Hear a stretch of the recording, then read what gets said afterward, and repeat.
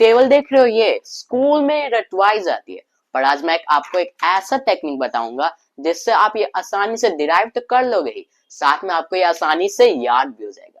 तो ये है ट्रिग्नोमेट्री टेबल। यहाँ पे सबसे पहले हम लोग शुरू करेंगे साइन 45 डिग्री से, मतलब कि सबसे पहले हम लोग 45 डिग्री के वैल्यू निकालेंगे। तो इसके लिए हम लोग क्या करना है, सबसे पहले हम लोग एक ट्रायंगल बनाना है, एक ट्रायंगल बनाना है, राइट एंगल ट्रायंगल हम लोग यहाँ पे बनाएंगे। यहाँ पे ये है एक राइट एंगल ट्रायंगल। अब यहाँ पे ये राइट एंगल है यहाँ पे, अब यहाँ पे इससे हम लोग नाम दे देते बी ए सी। ये क्या नाम हो गया, बी ए सी। अब यहाँ पे राइट एंगल है यहाँ पे ए पे, अब यहाँ पे मान लेते कि एंगल बी ए सी जो यहाँ पे बी सी ए है, ये जो एंगल यहाँ पे 45 डिग्री। अब अगर ये एंगल यहाँ पे 45 डिग्री है तो यहाँ पे ये एंगल भी 45 डिग्री होगा। क्यों 45 डिग्री होगा, अब ये हो रहा है एंगल सम प्रॉपर्टी ट्रायंगल की वजह से।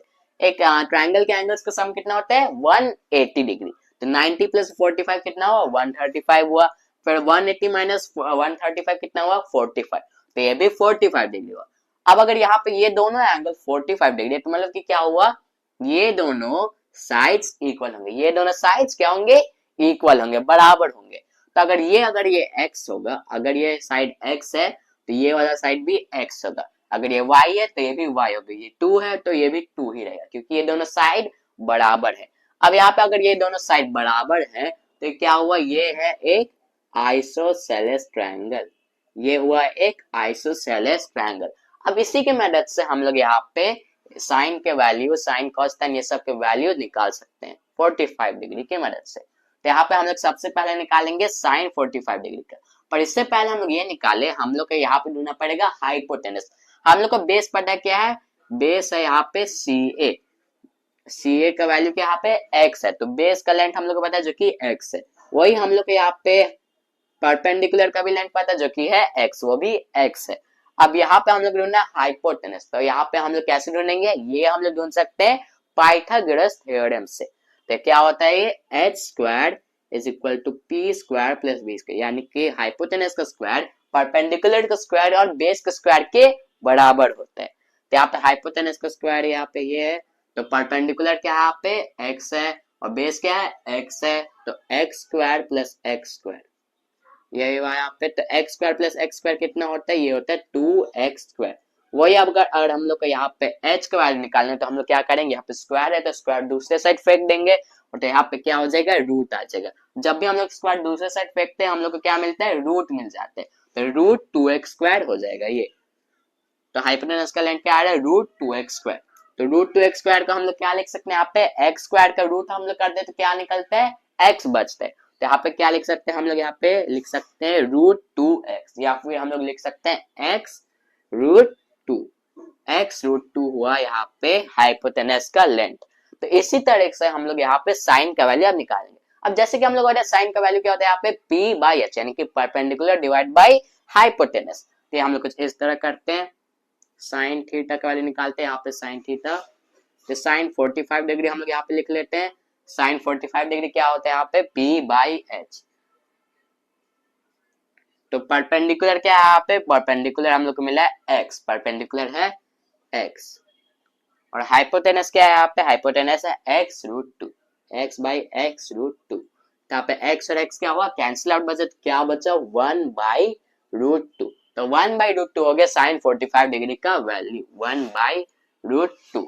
अब यहाँ पे जैसे कि हम लोग कहते हैं साइन का जो उल्टा होता है वो क्या होता है, कॉसेक होता है, साइन का उल्टा कॉसेक होता है। तो यहाँ पे 1 बाई रूट 2 का उल्टा हुआ रूट 2, तो रूट 2 हो गया यहाँ पे कॉसेक का वैल्यू। अब हम लोग ढूंढते हैं यहाँ पे कॉस थीटा का वैल्यू, तो कॉस 45 डिग्री क्या होगा, कॉस का जैसे कि हम लोग को वैल्यू पता है वो क्या होता है b बाई h, यानी कि बेस अपॉन हाइपोटेनस। तो बेस यहाँ पे क्या है x है, हाइपोटेनस है यहाँ पे x रूट 2, तो x बाई x रूट 2, तो x x कैंसिल हो गया, ये बचा 1 बाई रूट 2, ये भी हुआ 1 बाई रूट 2। अब यहाँ पे भी हम लोग ऐसे ही tan का निकाल लेते हैं, तो यहाँ पे tan का निकालने, अब हम लोग को ये ऐसे ही मतलब सारा निकालने की जरूरत नहीं है, इससे हम लोग यहाँ पे उल्टा करके भी लिख सकते हैं, जैसे कि cos है, cos थीटा cos 45 का है 1 बाई रूट 2, cos का उल्टा क्या होता है sec होता है, तो इसका वैल्यू क्या होगा रूट 2, ये होगा रूट 2। वैसे हम लोग tan का निकालते तो हम लोग को cot का भी मिल ही जाएगा। tan 45 डिग्री हम लोग लिखते हैं। tan का वैल्यू क्या होता है, perpendicular divide by base, perpendicular divide by base. Perpendicular यहाँ पे क्या है, परपेंडिकुलर है x और यहाँ पे बेस भी है, यहाँ पे x है, परपेंडिकुलर x बेस भी है x है। तो x बाय x कैंसिल हो गया, क्या बचा, 1 बचा। तो 1 हो गया, और 1 का उल्टा क्या होता है, ये तो बड़ा ही मुश्किल सवाल लग रहा है। 1 का उल्टा क्या होता है, 1 ही होगा, 1 का उल्टा 1 ही होगा। तो यहाँ पे इसे हम लोग कुछ इस तरह लिख सकते हैं। तो ये हो गए 45 डिग्री के वैल्यू। अब यहाँ पे हम लोग निकालेंगे 30 डिग्री के वैल्यू, साइन कॉस टेन ये सब के 30 डिग्री के वैल्यू। अब इसे हम लोग क्या करेंगे, इसे हम लोग एक इक्विलेटरल ट्रायंगल की मदद से निकालेंगे। तो सबसे पहले हम लोग ये एक ट्रायंगल बना लेते हैं। ट्रायंगल बन गया, इससे हम लोग पॉइंट का नाम देते हैं, ये मान लेते हैं ए है, ये बी है, ये सी है, और यहाँ पे फिर हम लोग यहाँ पे एंगल बना लेते हैं 60 डिग्री, ये भी हुआ 60 डिग्री, और ये भी मान लेते हैं 60 डिग्री। क्यों, क्योंकि इक्विलेटरल के ट्रायंगल के जो एंगल्स होते हैं वो सारे 60 डिग्री होते हैं। क्यों, क्योंकि इनके इसके तीनों साइड्स इक्वल होते हैं, तो एंगल्स भी इक्वल होते हैं। अब हम लोग क्या करेंगे, यहाँ पे इसके जो साइड का लेंथ है वो हम लोग 2a मान लेते हैं, ये भी 2 है, क्योंकि ये तीनों बराबर है, तो इसका अगर हम लोग 2a मानेंगे तो ये दोनों को भी 2a मानना पड़ेगा। तो ये भी हो गया 2a 2a। अब इसका एक रीजन है कि इसे मैं 2a मान रहा हूँ और a नहीं।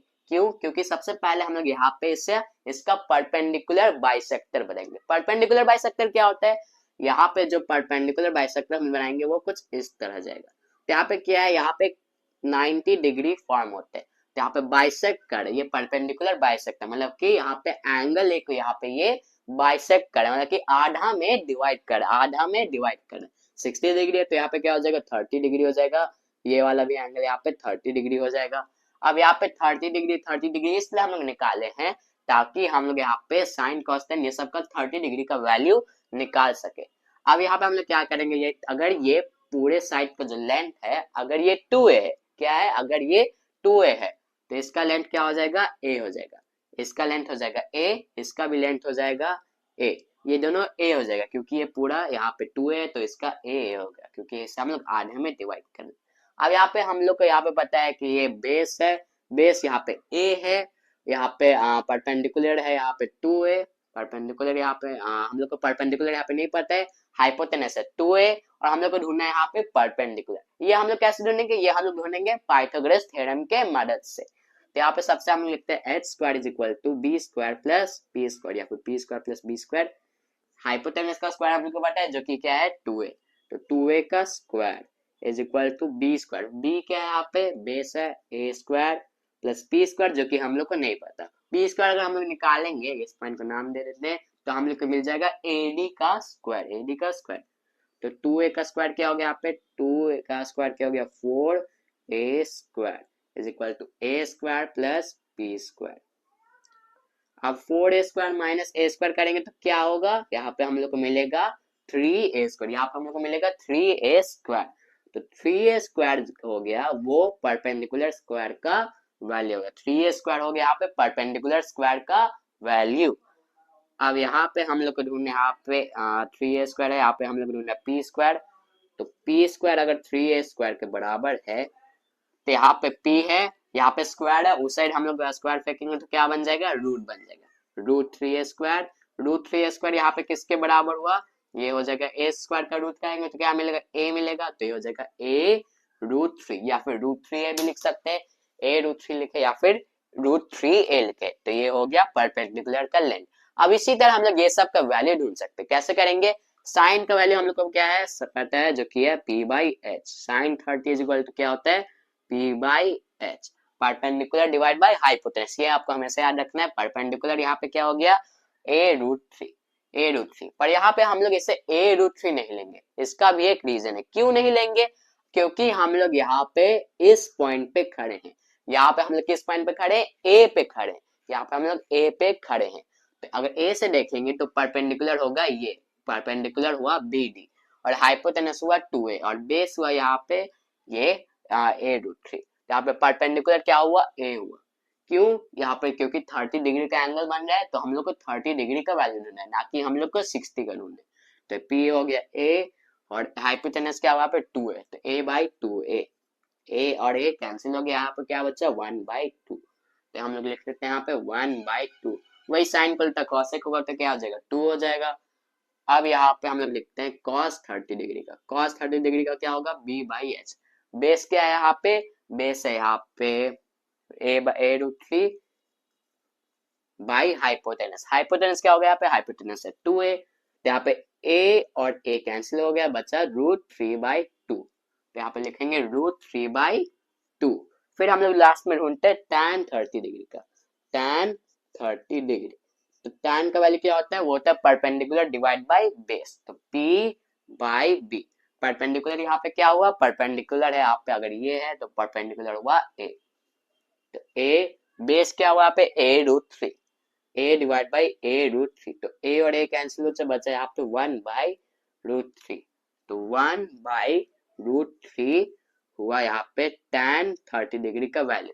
वही अगर हम लोग आपने cot और sec का वैल्यू, तो हम लोग होता है cos का उल्टा होता है sec थीटा, तो sec थीटा का वैल्यू क्या हुआ है 2√3/2, ये हो जाएगा 2/√3।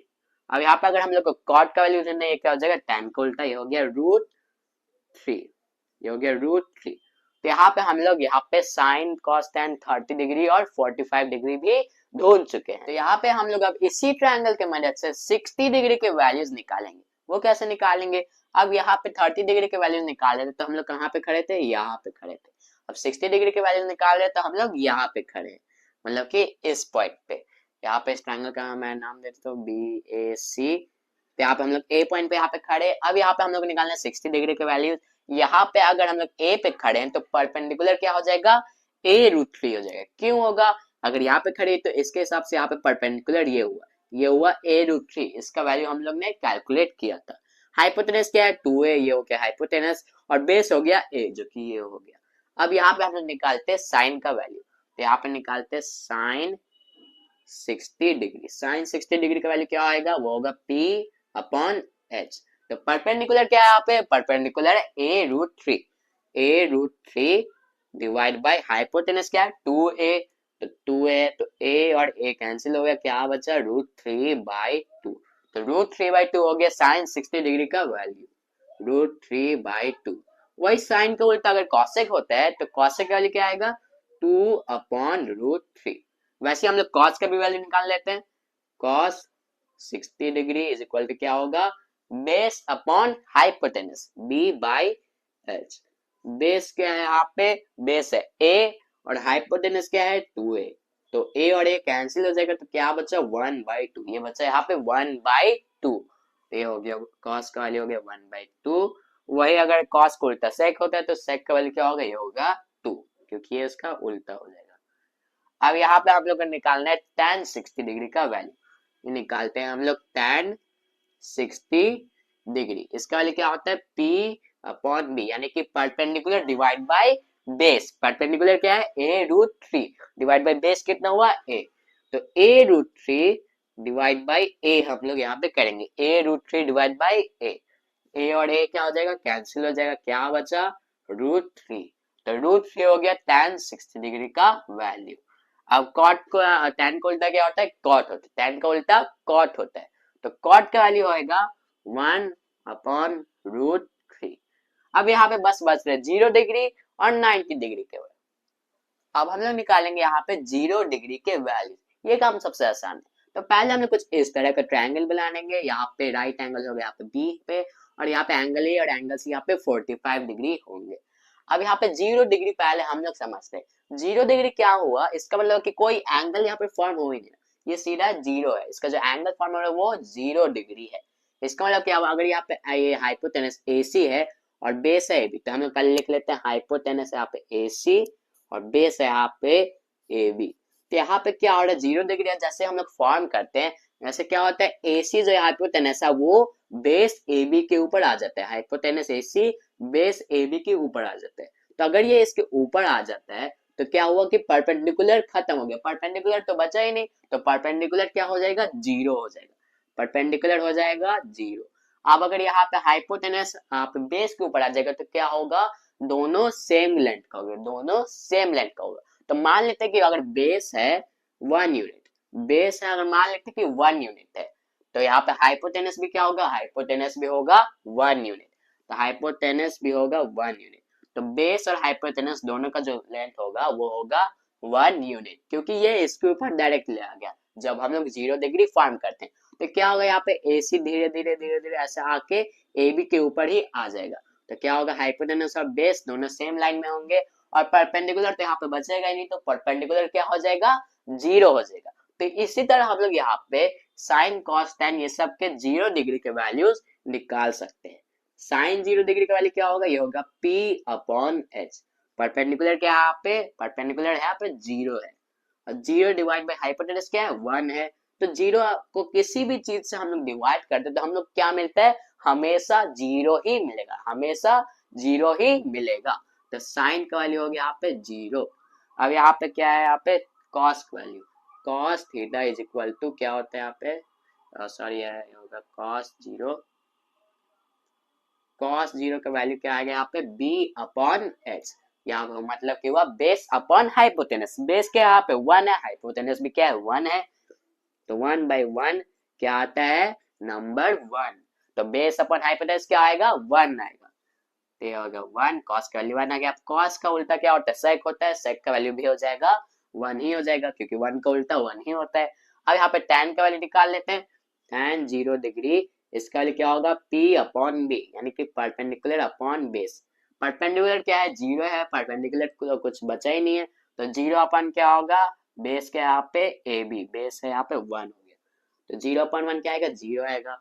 अब यहाँ पे हम लोग को निकालना है कॉट और कॉसेक। अब 0 का उल्टा क्या होता है, अब 0 का ऐसा है कि कुछ उल्टा होता ही नहीं, 0 का कुछ उल्टा होता ही नहीं, मतलब कि उससे हम लोग क्या लिखते हैं, नॉट डिफाइंड मानते हैं। 0 का कुछ उल्टा नहीं होता, इसलिए हम लोग उसे मानते हैं नॉट डिफाइंड।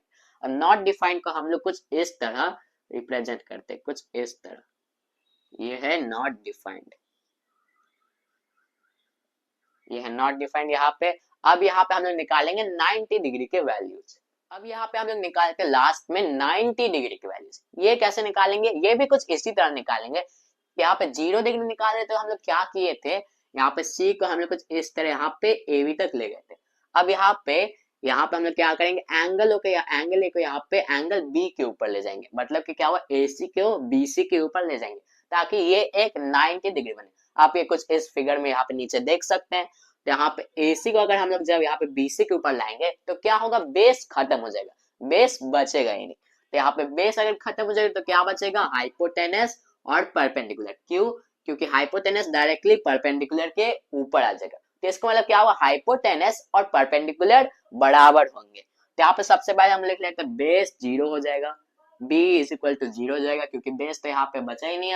अब यहाँ पे लिखते हैं हाइपोटेनस, तो हाइपोटेनस इज इक्वल टू क्या आएगा, परपेंडिकुलर आएगा, क्योंकि ये इसके डायरेक्टली ऊपर आ जाएगा, ये AC BC के ऊपर आ जाएगा, तो ये क्या आएगा, 1 आएगा। Hypotenuse is equal to perpendicular is equal to 1, इसे हम लोग 1 यूनिट मान लेते हैं। और फिर अब हम लोग यहाँ पे निकाल सकते हैं साइन 90 डिग्री का वैल्यू। यहाँ पे साइन 90 डिग्री का वैल्यू क्या आएगा, वो होगा P/H, perpendicular upon hypotenuse. Perpendicular क्या यहाँ पे आया, 1 डिवाइड बाय हाइपोटेनस क्या आया है, वो भी 1 ही आया है, तो ये आएगा 1। अब 1 का उल्टा क्या होता है, ये भी होता है 1, तो ऐसे कोसेक का वैल्यू आ गया 1। अब यहाँ पे हम निकालते हैं cos 90 डिग्री का, cos 90 डिग्री का क्या आएगा, ये होगा B/H। बेस क्या है यहाँ पे, बेस यहाँ पे 0 हो गया, बेस 0 है, हाइपोटेनस क्या है 1 है, तो 0/1 क्या आएगा, ये 0 ही आएगा। 0 का उल्टा क्या होता है, नॉट डिफाइंड होता है, ये हो गया नॉट डिफाइंड। अब यहाँ पे tan का निकालते हैं, tan 90 degree is equal to P/B, यानी कि परपेंडिकुलर अपॉन बेस। परपेंडिकुलर क्या है यहाँ पे, परपेंडिकुलर है 1 और बेस भी है 1, क्या आएगा 1। यहाँ पे tan 90 डिग्री का आता है परपेंडिकुलर अपॉन बेस, सॉरी यहाँ पे ये बेस है, यहाँ पे 0 है, तो बेस यहाँ पे अगर 0 है तो 1/0 क्या आएगा, ये आएगा नॉट डिफाइंड, क्योंकि किसी भी चीज से अगर हम लोग डिवाइड करते हैं, जब किसी भी नंबर को 0 से डिवाइड करते हैं तो हमेशा नॉट डिफाइंड ही आता है, ये डिफाइंड नहीं है, क्या आएगा नॉट डिफाइंड। तो नॉट डिफाइंड का उल्टा यहाँ पे कॉट हो गया, तो कॉट क्या है, हो गया 0। क्यों, क्योंकि 0 का उल्टा अगर नॉट डिफाइंड होता है तो नॉट डिफाइंड का उल्टा हुआ यहाँ पे 0, तो ये हो गया यहाँ पे ट्रिग्नोमेट्रिक टेबल पूरा यहाँ पे सॉल्व हो गया। तो इससे हम लोग इस तरह से यहाँ पे कुछ इस तरह डिराइव कर सकते हैं। अब यहाँ पे इतना सारा हम लोग डिराइव तो कर चुके हैं, अब बार बार हम लोग को तो डिराइव तो नहीं करेंगे, तो इसके लिए एक सिंपल सा ट्रिक है, क्या करना है, पहले का हम लोग को बस यहाँ पे 0 1/2, पहले हम लोग को बस ये साइन के वैल्यूज याद रखना है। साइन का 0 से लेकर 90 डिग्री के वैल्यूज हम लोग को याद रखना है। उसके बाद क्या करना है, जैसे कि सबसे पहले आया सबसे लास्ट में आया 1, यहाँ पे सबसे लास्ट में आया 1, साइन 90 1 है तो cos 0 1 आएगा, मतलब कि इसका उल्टा कर दिए। यहाँ पे 1 है तो यह 1 आ गया, √3/2 है, √3/2 1/√2 है, 1/√2 एज इट इज, फिर 1/2 यहाँ पे तो ये 1/2 यहाँ हो जाएगा, 0 यहाँ है तो 0, मतलब कि उसका उल्टा कर दिए। यहाँ पे 1 है तो यहाँ पे 1 हो गया, कुछ रिवर्स ऑर्डर में कर दिए। अब जैसे कि हम लोग को पता है sine upon cos, sine upon cos क्या आता है, tan आता है, साइन अपॉन कॉस आता है tan थीटा, तो 0/1 करेंगे 0 आएगा, इस इन दोनों को डिवाइड करेंगे 1/√3, 1/√2 इन दोनों को डिवाइड करेंगे 1, फिर √3 और ये नॉट डिफाइंड, तो कुछ इस तरह आप हम लोग इस तरह निकाल सकते हैं। अब हम लोग को पता है कि tan का उल्टा क्या होता है, cot होता है, tan का उल्टा क्या आता है, cot, यहाँ पे 0 का उल्टा होता है इनफाइनाइट, 1/√3 का उल्टा हो गया √3, 1/√3 0। अब जैसे कि हम लोग बताते हैं cos का उल्टा क्या आता है, sec, वैसे ये 1 है तो 1 ही रहेगा, √3/2 2/√3, ये √2 2 और ये नॉट डिफाइंड, मतलब कि इसका ये उल्टा हो गया, cos का उल्टा sec हो गया। वैसे ही हम लोग sin का भी देख लेते हैं, sin का उल्टा क्या हो गया, cosec, 0 का उल्टा नॉट डिफाइंड होता है, ये आपको याद रखना है, 0 का उल्टा नॉट डिफाइंड होता है, नॉट डिफाइंड का उल्टा 0 होता है, तो 1/2 का उल्टा गया 2, फिर ये हो गया √2, 2/√3, √3/2 1 1। तो इस तरह हम लोग ये याद रख सकते हैं। तो कैसी लगी मेरी वीडियो, अगर आपको अच्छी लगे तो प्लीज सब्सक्राइब कर देना, शेयर भी कर देना और लाइक भी। Thank you so much for watching.